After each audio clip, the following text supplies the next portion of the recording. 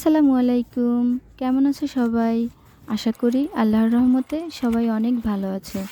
আজকে তোমাদের জন্য নিয়ে এলাম ১২ মাসি আমের আমসত্ত্বের রেসিপি।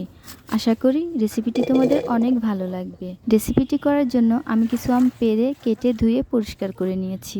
আমগুলো কিন্তু এরকম ডুমো ডুমো করে কেটে নিতে হবে, তাহলে সেদ্ধ হতে সুবিধা হবে। আমগুলো কাটা হয়ে গেলে চুলায় একটি কড়াই বসিয়ে কেটে রাখা আম, সামান্য একটু লবণ আর পরিমাণ মতো পানি দিয়ে আমগুলো ভালোভাবে সেদ্ধ করে নিতে হবে। কিছুক্ষণ জাল করার পর খুন্তি দিয়ে এরকম ভালোভাবে নাড়তে হবে যেন আমগুলো অনেকটাই গলে যায়। তারপর একটা ছাঁকনির সাহায্যে আমটা ছেঁকে গোলাটা বের করে নিতে হবে। আবার চুলায় কড়াই বসিয়ে স্বাদ মতো চিনি, সামান্য একটু ফুড কালার দিয়ে আমটা ভালোভাবে জাল করে নিতে হবে।